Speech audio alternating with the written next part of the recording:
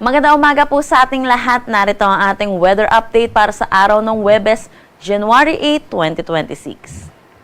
Wala pa rin naman tayong minomonitor na anumang bagyo or low pressure area sa loob at labas ng ating Philippine Area of Responsibility. Pero meron tayong tatlong weather system na inaasahan natin makakaapekto dito sa ating bansa. Una na dito ang northeast monsoon or amihan na umiiral dito sa malaking bahagi ng Luzon. Pangalawa, ang easterlies or yung mainit at malinsangan na hangin na nanggagaling sa dagat Pasipiko na umiiral naman dito sa may Visayas at Mindanao. Dahil sa interaction netong northeast monsoon which is malamig na hangin at easterlies mainit at malinsangan na hangin, ito yung nagre-resulta sa tinatawag nating shear line na nagdadala ng mga pag-ulan lalo na dito sa southern Luzon. Kung makikita natin, ito po yung kumpul na kaulapan na nakikita natin dito sa may Bicol region. Para naman sa magiging panahon natin ngayong araw dito sa Luzon, dulot na itong shear line, mataas ang tsansa ng kalat-kalat na pag-ulan dito sa Bicol region, Marinduque, Oriental Mindoro, pati na rin dito sa may Quezon.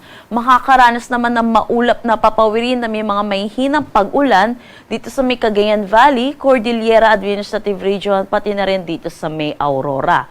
Para sa Metro Manila at nalalabing bahagi ng Luzon, makakaranas naman tayo ng maaliwalas na panahon, bahagya hanggang sa maulap na papawirin na may mga isolated na mahihinang pag-ulan.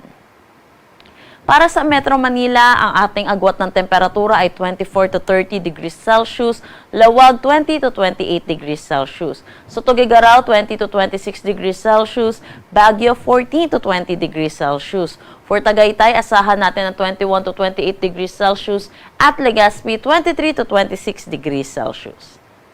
Dito naman sa Palawan, dulot din netong shear line, makakaranas din sila ng maulap na papawirin na may mga kalat-kalat na pag-ulan. Dito naman sa buong Visayas at Mindanao, makakaranas sila ng maaliwalas na panahon pero asahan din natin yung init at alinsangan lalo na sa tanghali hanggang hapon na may mataas na tsansa ng localized thunderstorm lalo na sa hapon at sa gabi, dulot netong easterlies. Agwat ng temperatura para sa Puerto Princesa at Kalayaan Islands, 24 to 27 degrees Celsius. Sa Iloilo, 26 to 31 degrees Celsius. Tacloban, 25 to 32 degrees Celsius. Para sa Cebu at Cagayan de Oro, 25 to 31 degrees Celsius. At Zamboanga, 24 to 33 degrees Celsius. Dito rin sa may Davao.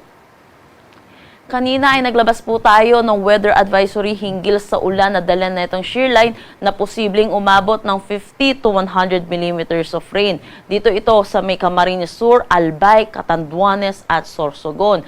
Pinag-iingat po natin mga kababayan po natin, lalo na po dito sa Bicol region dahil ilang araw na rin po sila nakakaranas ng sunod-sunod na pag-ulan. So mataas po ang tsansa ng mga pagbaha at pagguho ng lupa. Lalo po natin pinag-iingat itong mga kababayan po natin dito sa may Albay dahil na rin po sa pag-alboroto netong bulkan pong Mayon. Kaya pinag-iingat po natin mga kababayan natin at makinig po tayo sa ating local government units punggil sa posibleng paglikas na kailangan po nating gawin. Wala naman tayong nakataas na anumang gale warning sa anumang seaboards ng ating bansa. Ang sunrise mamaya ay 6:23 a.m. at ang sunset mamaya ay 5:42 p.m.